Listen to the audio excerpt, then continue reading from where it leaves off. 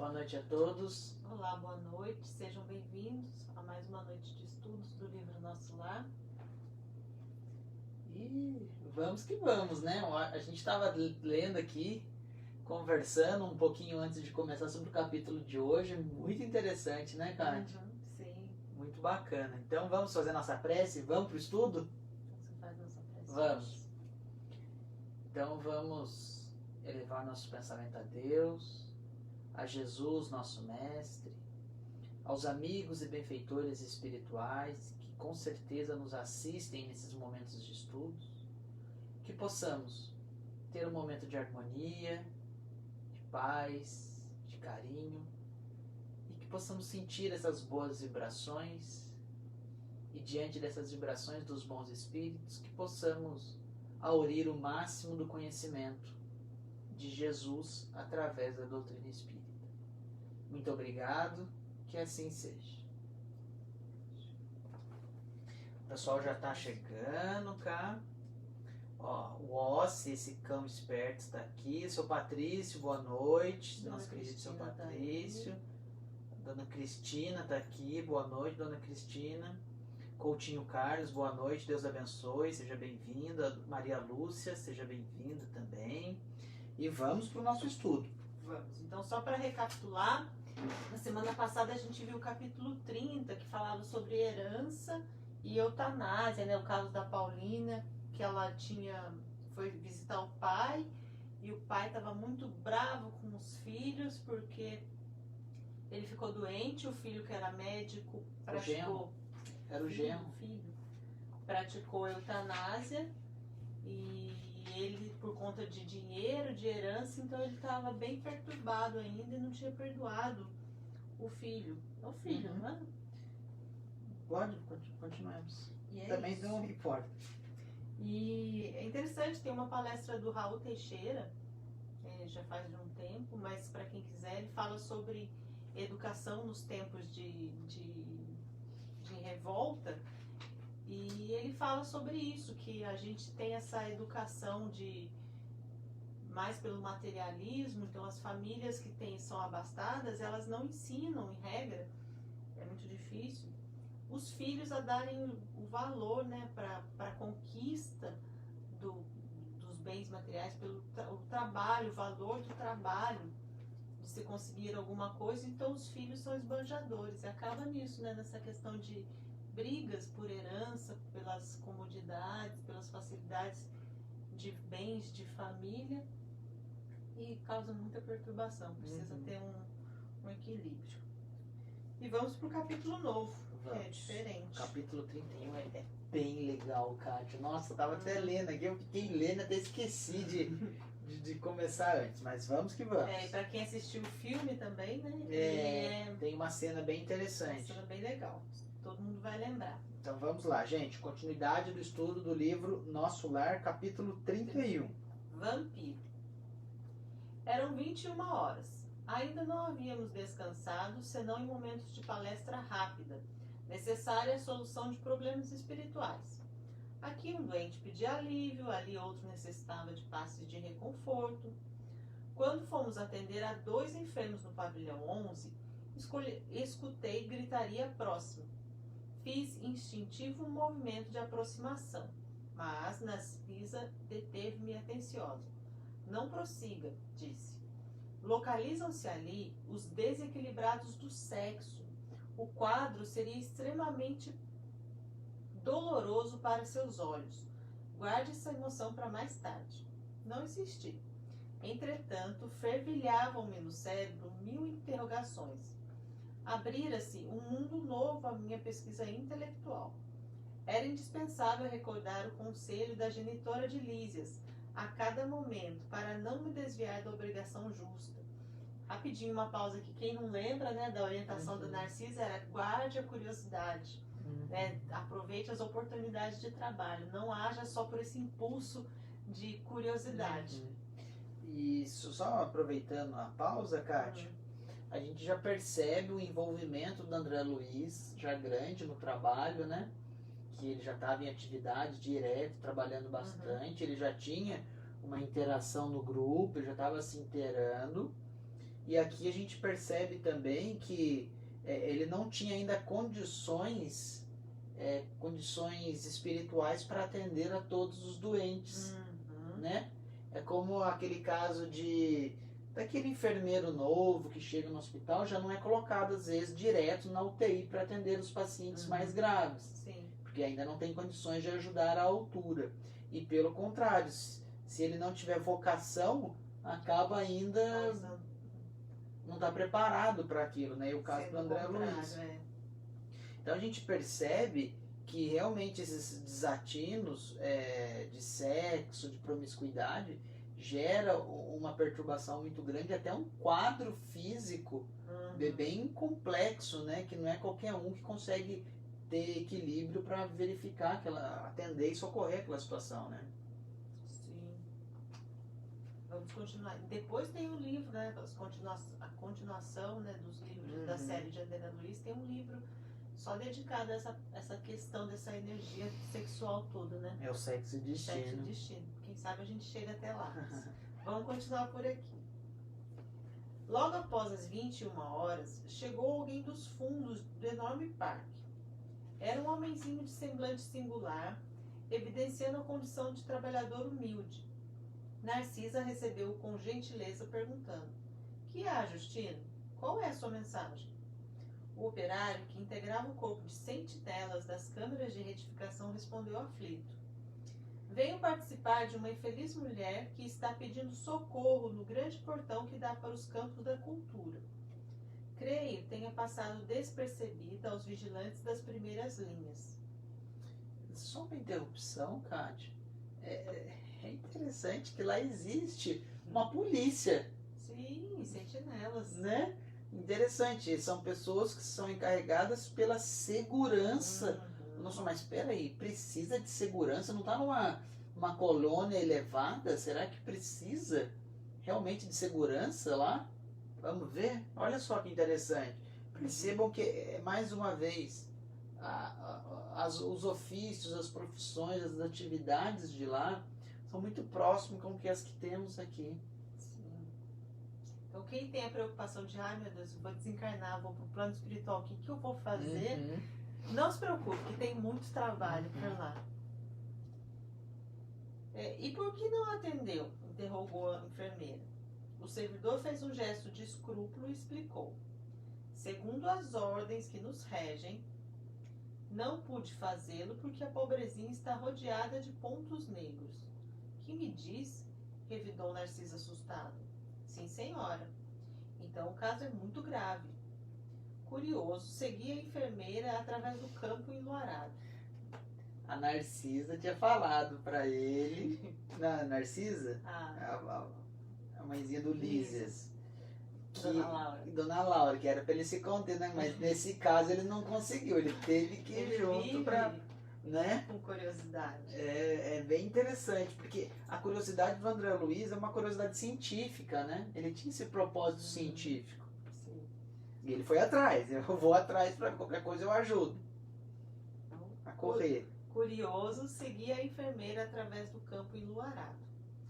A distância não era pequena. Lado a lado, via-se o arvoredo tranquilo do parque, muito extenso, agitado pelo vento caricioso.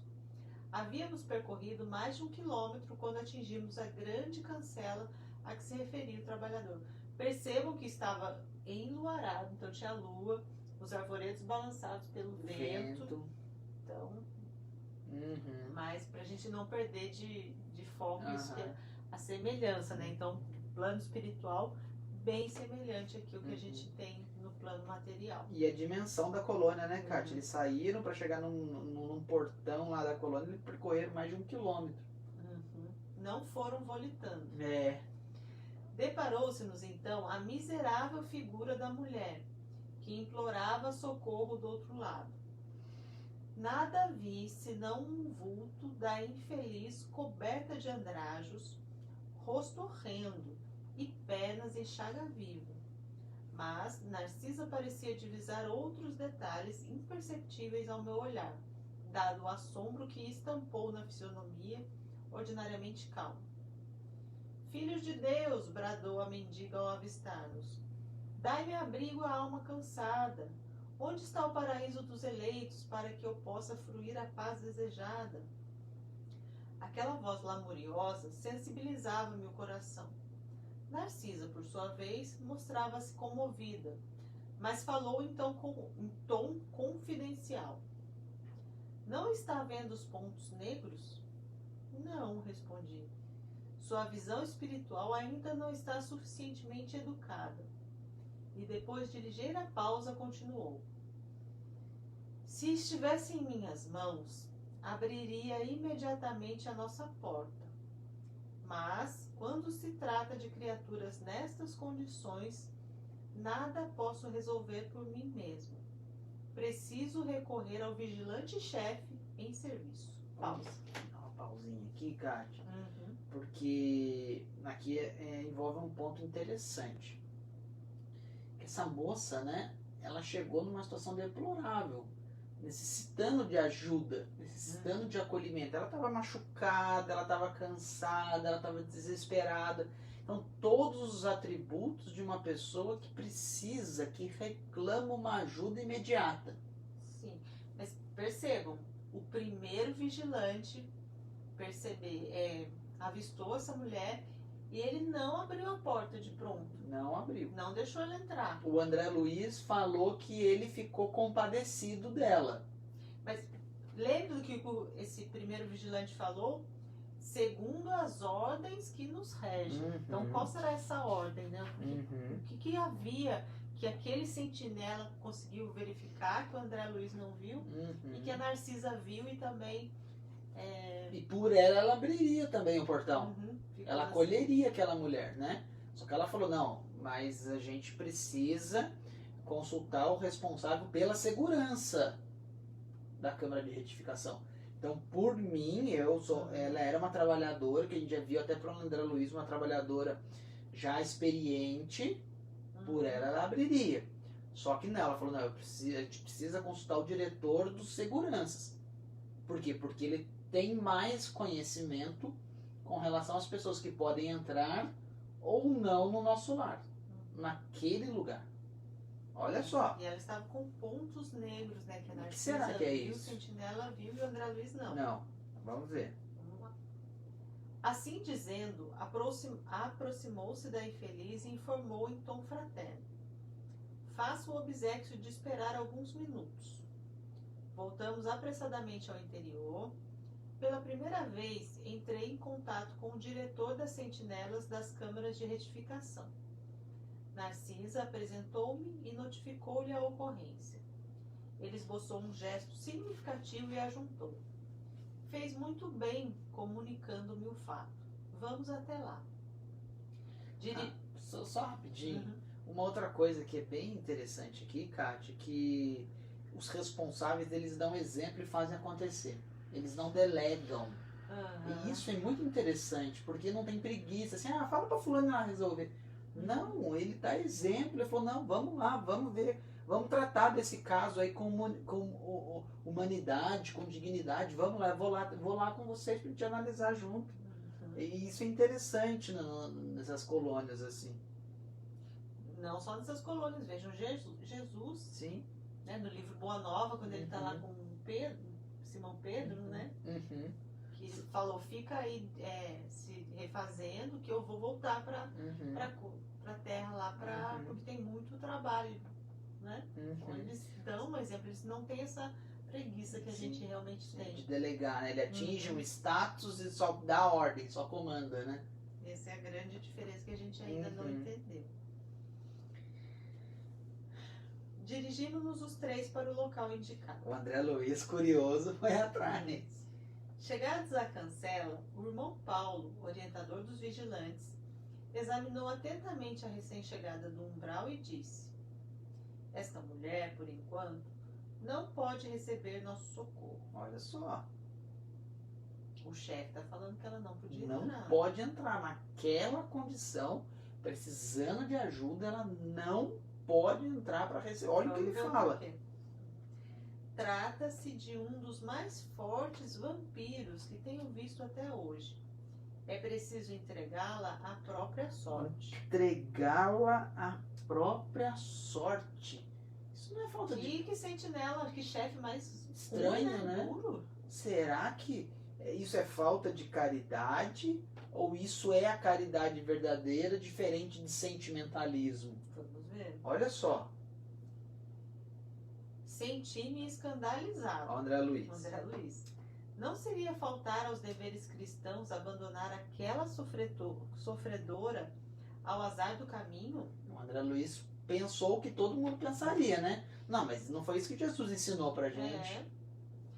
Narcisa, que me pareceu compartilhar da mesma... Olha, Narcisa já era um pouco mais adiantada que André Luiz. Já era mais experiente. Ela teve a mesma impressão. O mesmo pensamento. Adiantou-se suplicante. Mas, irmão Paulo, não aumente acolher-vos essa miserável criatura nas câmaras? Permitir essa providência, esclareceu ele, seria trair minha função de vigilante. Olha o dever da responsabilidade. Ele tinha uma responsabilidade. Ele não ocupou aquele cargo à toa. E indicando a mendiga que esperava a decisão, a gritar impaciente, exclamou para a enfermeira: já notou, Narcisa, alguma coisa além dos pontos negros? Agora era a minha instrutora de serviço que respondia negativamente. Pois vejo mais, respondeu o vigilante-chefe. Baixando o tom de voz, recomendou: conte as manchas pretas. Narcisa fixou o olhar na infeliz e respondeu, após alguns instantes: 58. É que ela contou mesmo? Ou seja, ela tinha espalhada pelo corpo dela 58 manchinhas pretas. Espalhada durante o corpo. Não significa que ela vira aí, ela tinha essa visão, né? Vamos ver então o que diz. O irmão Paulo, com a paciência dos que sabem esclarecer com amor, explicou: esses pontos escuros representam 58 crianças assassinadas ao nascerem. Em cada mancha vejo a imagem mental de uma criancinha aniquilada, umas por golpes esmagadores, outras por asfixia. Essa desventurada criatura foi profissional de ginecologia.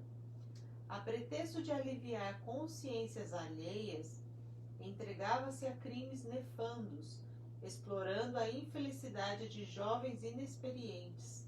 A situação dela é pior que a dos suicidas e homicidas, que por vezes apresentam atenuantes de vulto.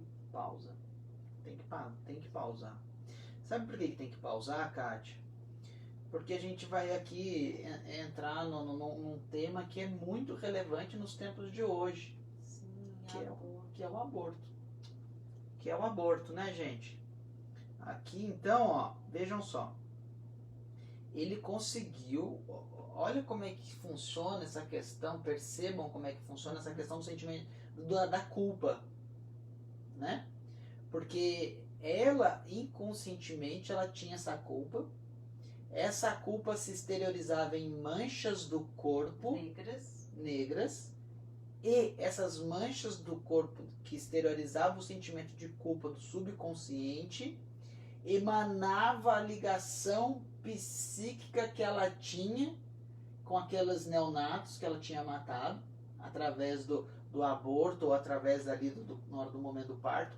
E mais, o espírito de envergadura que nem do nosso irmão aqui, Paulo, ele tinha sensibilidade de enxergar, visualizar essas impressões psíquicas desses mortos. E algumas pessoas podem até questionar assim, né, que é uma questão muito atual, né, essa questão do aborto. Ah, mas o médico tem culpa?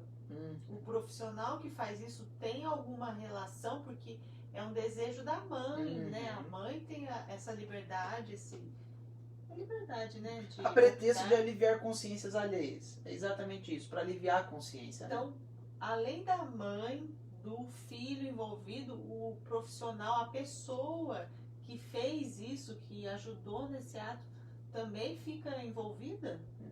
Interessante. Fica, né? Então, percebam que, espiritualmente falando, Um aborto é muito complexo. É muito sério. É muito sério Muito mesmo. É um tema muito sério.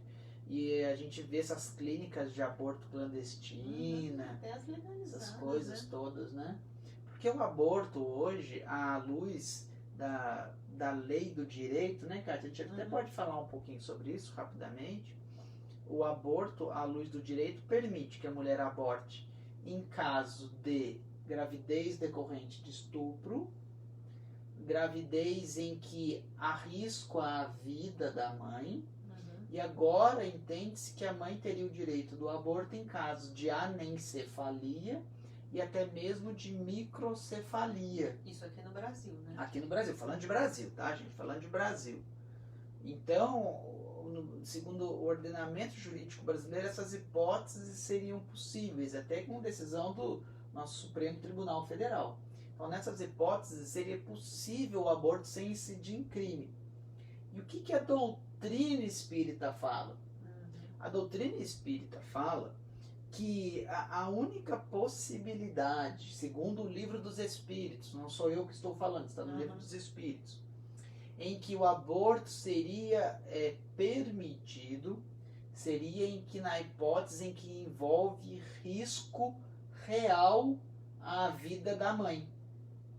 Porque daí, neste caso, é salutar preservar a vida da mãe, porque ela pode gestar novamente depois. Então seria a única hipótese em que o aborto seria aceitável, segundo o Livro dos Espíritos. Então, existe essa discussão hoje em dia de que olha lá, ó, a Valéria, Kátia, vamos ver o que a Valéria colocou aqui, ela fez uma pergunta. A Rosana, ó, esse tema é interessante, ó. Por que o vigilante Paulo menciona que um dos maiores vampiros que ele tem visto? É porque ele deve ver muitos ali como vigilante, né, Rosana? Ele deve ver muitas situações assim de vampiro, dessas pessoas que causam essas perturbações, né? Então ele que suga essa energia, que tem essa energia de perturbação, assim. Então, nesse caso específico, essa mulher falou, olha, da minha experiência foi um dos maiores. E o peso que tem nessa questão de vidas, né? 58 crianças, né? Vidas que não prosperaram, que não foram para frente por conta dela. E é interessante, Valéria, que a Valéria tocou exatamente nesse ponto aqui, ó. E como fica o profissional que procede a aborto quando há risco para a mãe? Por exemplo, criança de 11 anos. É exatamente isso, né, que está no Livro dos Espíritos, que foi bem interessante, Valéria, esse tema aí, porque, segundo a doutrina espírita, no Livro dos Espíritos, seria a única hipótese, né? E é interessante, gente, porque assim, a discussão que gera ao redor do aborto, agora falando de um assunto bem aprofundado de sociologia, até partindo um pouco para essa área jurídica, a discussão maior é que existem alguns bens envolvidos. Quais seriam esses bens envolvidos? Que é a vida do nascente, a autonomia da vontade da mulher. É basicamente isso. A mulher tem o direito de dispor do próprio corpo. Inegavelmente, a mulher ela tem direito de dispor do próprio corpo. Isso nós sabemos, e isso nós respeitamos profundamente. Mas o que nós pensamos, e eu digo um pensamento particular do Flávio, meu, é no seguinte sentido: a mulher ela tem o direito de dispor do próprio corpo conforme lhe convir, inclusive gestando uma criança. Só que ela precisa tomar essa decisão de forma orientada. E não orientada tão somente no aspecto físico material, mas também orientada sob a ótica espiritual de consequências disso. Então eu acho que isso é fundamental. Ela tem que ter essa orientação de mas todo mundo não é espírita, Flávio. Tudo bem. Muitas pessoas não são espíritas, muitas pessoas não acreditam em pluralidade das existências, mas é um fato que existe. Querendo ou não, você aceitando ou não, você vai reencarnar. Você pode não acreditar nisso, mas o fato é que vai acontecer, né? Eu não acredito em vida após a morte. tudo bem, você pode não acreditar em vida após a morte. O fato é que você vai morrer e vai continuar vivo, né? Então, o aborto é a mesma coisa. Você tem a autonomia da vontade para se dispor do próprio corpo. Você tem. Só que você precisa saber das consequências espirituais com relação a isso. E aqui é um exemplo patente disso. Que existe uma responsabilidade. E grave, né, Kátia? E no caso, respondendo a pergunta da Valéria, né, comentando um pouquinho mais, o profissional que age nesse caso, em que há risco para a mãe, que está pontuado pelos espíritos que ajudaram Kardec na codificação, que é permitido, é possível, então não, eles pelo contrário estão ajudando a manter uma vida. Então é salutar, sim, não existe essa responsabilidade. E só mais um detalhe, pode falar. Não, só mais um detalhe, porque eu acho que isso vale pontuar também nessa questão do aborto, porque assim, em que momento começa a vida, segundo a doutrina espírita, para a partir daí já ser considerado aborto? Acho que isso vale. Isso que eu ia comentar, porque no estudo de terça-feira, que a gente também está estudando o livro do André Luiz, que é Missionários da Luz, que a gente está falando sobre reencarnação. E surgiu uma pergunta, foi até da dona Cristina, sobre a pílula do dia seguinte. A pílula do dia seguinte, se é abortiva? Toma, é aborto? Agora você responde com a pílula. Eu vou responder no seguinte sentido. A primeira coisa que a gente tem que saber é o seguinte: o momento que começa a vida é com a concepção. Ou seja, do momento em que o espermatozoide fecunda o óvulo materno e forma o zigoto. Do ponto de vista material, porque do ponto de vista espiritual existe um planejamento muito longo, anterior, até antes mesmo dos pais reencarnarem. Sim. Então já existe essa programação. E por que a gente fala da concepção? Porque é neste momento em que o espírito que vai encarnar, ele é colocado junto do campo energético da mãe. É na concepção. Então, na concepção, esse bebê espiritual é entregue espiritualmente para a mãe. É na concepção. Quem quiser se aprofundar sobre esse tema, leia Missionários da Luz, capítulo 13. É reencarnação, o título do capítulo. É muito interessante. Mas no Livro dos Espíritos também fala que é a partir da concepção. Né? Então esse é o primeiro ponto. Então a partir da concepção é que se dá a ligação do espírito com aquele corpo que vai começar a reencarnar. Então a partir dali já é considerado aborto. E a pílula do dia seguinte? A pílula do dia seguinte, na verdade, ela não é abortiva. Por quê? Porque ela impede a concepção, né? Que eu saiba, ela impede a concepção. Até onde eu sei, acho que a pílula do dia seguinte, ela impede a concepção. Acho que a gente pode até procurar saber sobre isso. Vou procurar aqui. Se alguém estiver aí acompanhando a gente, pode ajudar aqui pra gente dar uma força. E até onde eu já verifiquei, eu tenho comigo que a pílula do dia seguinte, ela impede a concepção. Se a pílula impedir a concepção, significa... Impediram. A pílula do dia seguinte pode ser utilizada após o ato sexual para impedir uma gravidez antes de começar.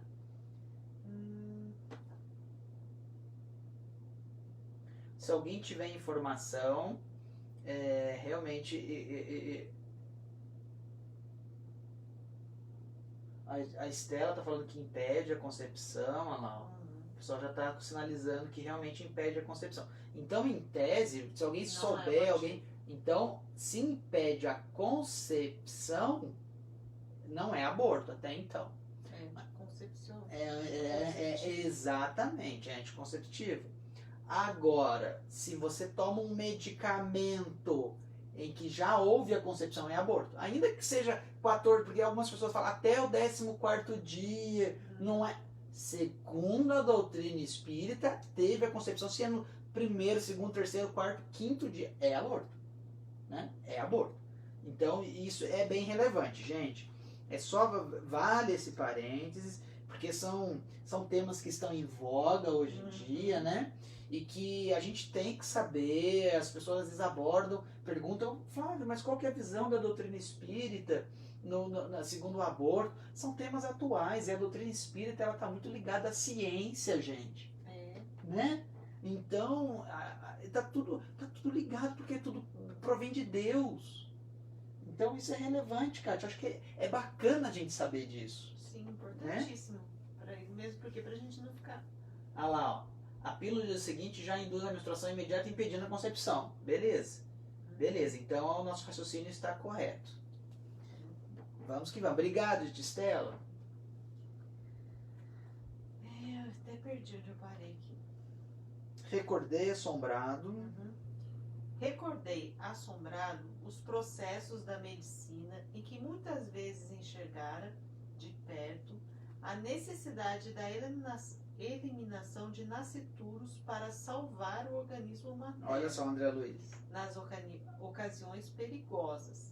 Mas, lendo-me o pensamento, o irmão Paulo acrescentou: não falo aqui das providências legítimas que constituem aspectos das provações redentoras. Aí a resposta da Valéria. Né? Exatamente. Refiro-me ao crime de assassinar os que começam a trajetória na experiência terrestre com o direito sublime da vida.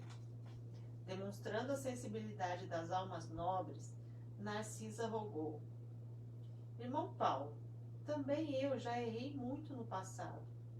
Atendamos a essa desventurada. Se me permite, eu lhe dispensarei cuidados especiais. Olha o que o Paulo disse.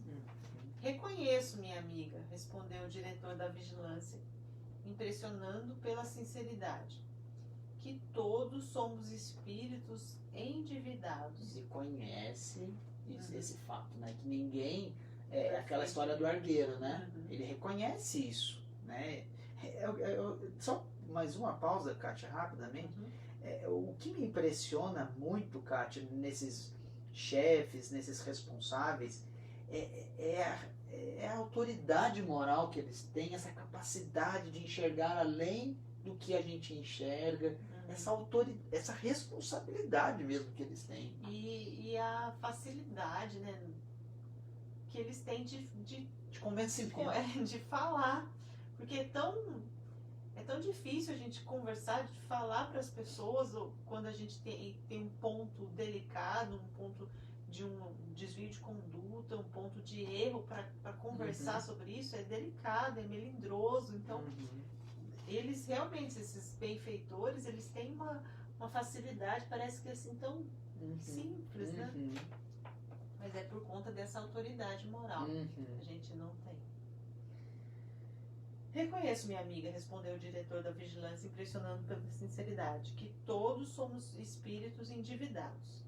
Entretanto, temos a nosso favor o reconhecimento das próprias fraquezas e a boa vontade de resgatar nossos débitos. Olha a diferença.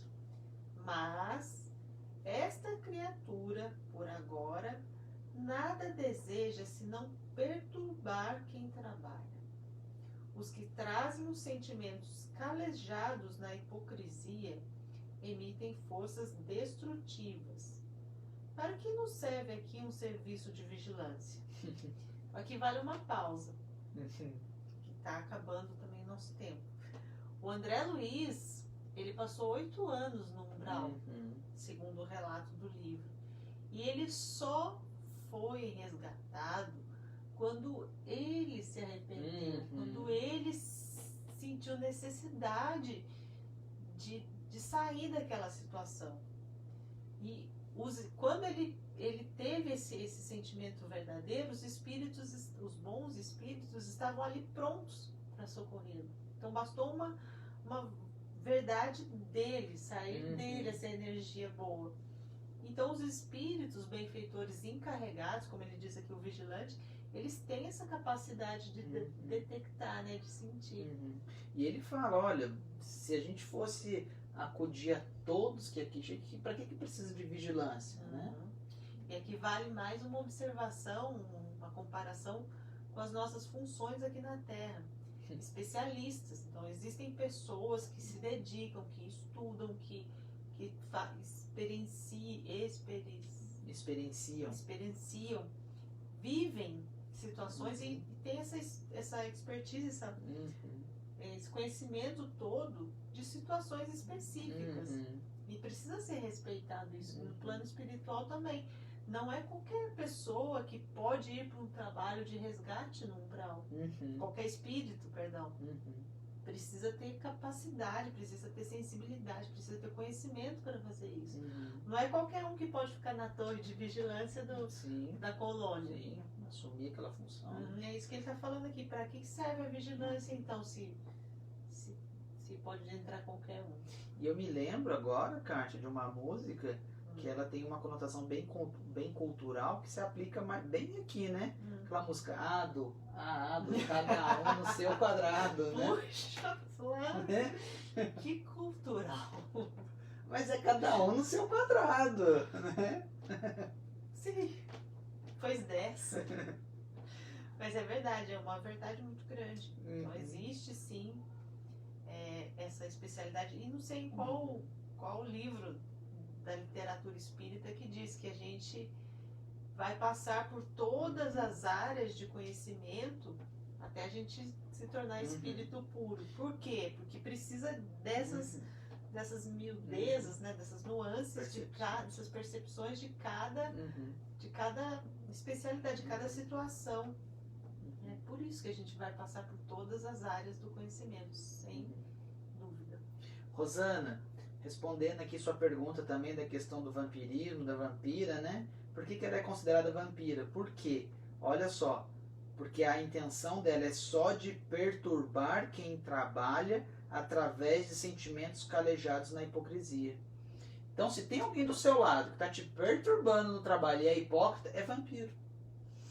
Né? Porque é isso, é exatamente isso. É aquela pessoa que tem o propósito de causar a cisânia, espezinhar, a discórdia, tudo isso. E isso vai contaminando, não quer saber trabalhar, hipócrita. É isso que não deixa de ser um vampirismo. Então, essa senhora, essa irmã, seria uma causa de perturbação dentro do nosso lar.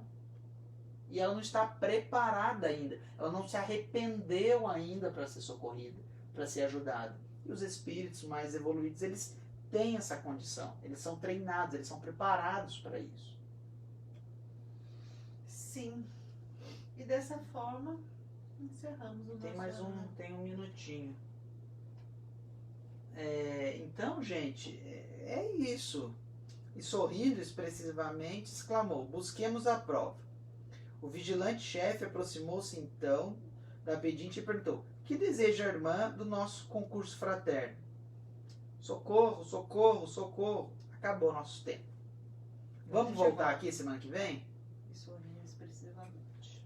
Gente, Ah lá, a Rosana deu um joinha. Legal, Rosana, entendeu? Bacana, né? Gente, eu achei que o estudo de hoje foi muito interessante. Sim. Muito bacana. Aprender, rememorar esses conceitos, eu acho que, nossa, a gente fica exultante, assim, que gostoso, né? Eu tô me sentindo bem, graças a Deus. Espero que vocês estejam bem em casa também. Lembrando da importância dos estudos para o nosso aprendizado.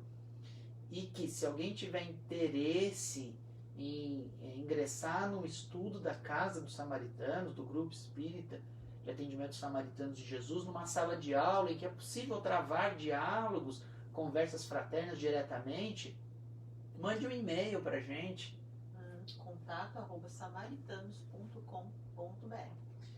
Tem estudo na segunda, na terça, na quarta, na quinta, na sexta, no sábado. E em vários horários. Manda lá, deixa seu nome, seu telefone, alguém da nossa equipe vai entrar em contato e vai poder estudar conosco e aprofundar um pouquinho mais nos estudos. Queria mandar um beijo para todo mundo. A tia Jane está aí conosco, a Rosana, a Cristina, a tia Estela, a Valéria, todo mundo, a Sueli, o Carlos Ribeiro, todo mundo. Deus abençoe a todos de coração. O seu Patrício, todo mundo, gente. Muito bacana o nosso estudo. Um beijo. Boa noite, pessoal. Até semana que vem. quinta-feira às 20 horas.